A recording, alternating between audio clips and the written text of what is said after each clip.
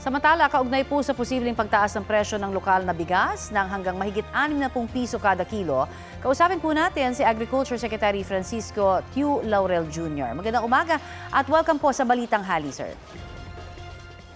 Good morning. Good morning to everybody. Yes, Secretary, maaari ho bang malaman ano ho ang naging dahilan kung bakit tila daw hindi napigilan itong pagtaas ng presyo ng fertilizer? Well, sa ngayon, hindi pa naman dapat tumaas. Ang tataas dapat yan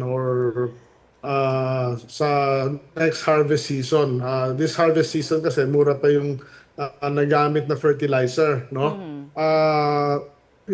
Ang main issue dyan is yung fertilizer, yung tinatawag na urea. Dating 1,650 lang yan bawat sako. Ngayon, naabot na ng 3,000 pesos bawat sako. So, yan yung pinakamalaking gasto sa pagtanim ng palay at of course, nagiging bigas. Of course, meron din na effect yung fuel, yung pagtaas ng fuel dahil yung paggamit ng traktora, harvester, yung mga truck, at iba-iba pang mga machineries, pati mga diesel-powered water pumps, tumaas yung crudo at gasolina. So overall, nakaka-affect ko lahat yan kung pagkukumpul-kumpulin natin. I see. At gaano po ba kalaki yung budget na hinihingi po natin para sa subsidiya at pataba para po sa mga magsasaka? Yung additional budget, meron kaming budget na kontrata na namin yun. Since tumaas for the next planting season, nagsusupplemental kami ang 6 billion pa sa ating national government para mapunuan ito, para maibigay namin yung same number of fertilizer sa ating mga RSDSA registered farmers. At bukod po dun sa tulong nyo sa mga magsasaka, ano pa po bang hakbang ang ginagawa po ng DA para mapaghandaan yung effect naman ng mahal na bigas, pati na rin ho itong napipintong El Nino? Yung sa mahal na bigas, meron kaming programa ngayon na the use of alternative or fertilizers, yung mga soil conditioner, soil ameliorants, saka mga biofertilizer na di hamak na mas mura, para magkaroon ng savings yung ating mga farmers at hopefully kung talagang ma-adapt ito at gamitin ng ating mga magsasaka, may chance na hindi umabot sa 60 pesos yung bigas kung gumamit tayo ng alternative fertilization protocols. So, I see. Tungkol naman sa El Nino, talagang issue yan, So we really need to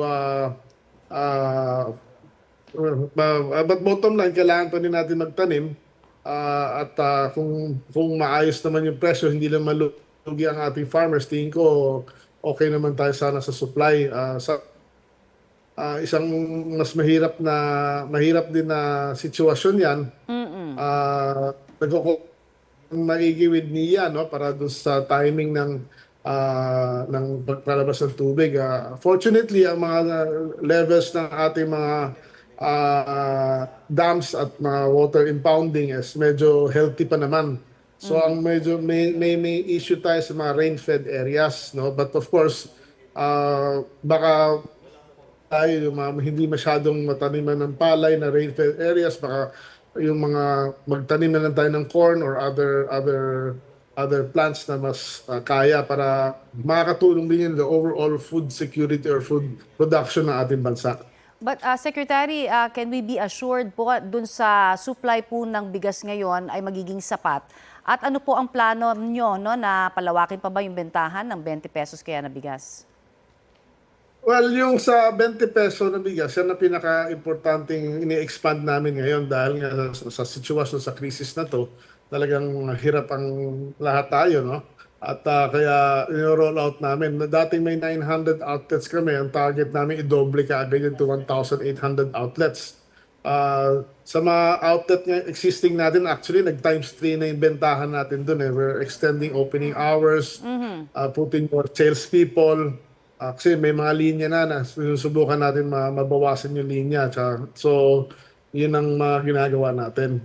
Okay, ano ho yung posisyon ninyo doon sa panawagan ng environmental group na Philippine Movement for Climate Justice na magdeklara na ho ang pamahalaan ng National Climate Emergency dahil nga po dito sa lumalalang epekto ng tagtuyot sa bansa?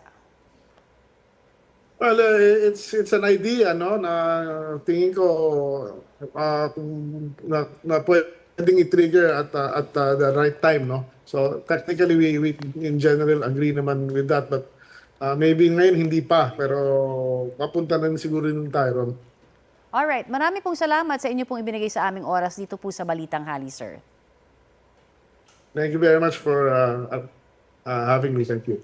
Salamat po. Ayan po naman si Agriculture Secretary Francisco Tiu Laurel Jr.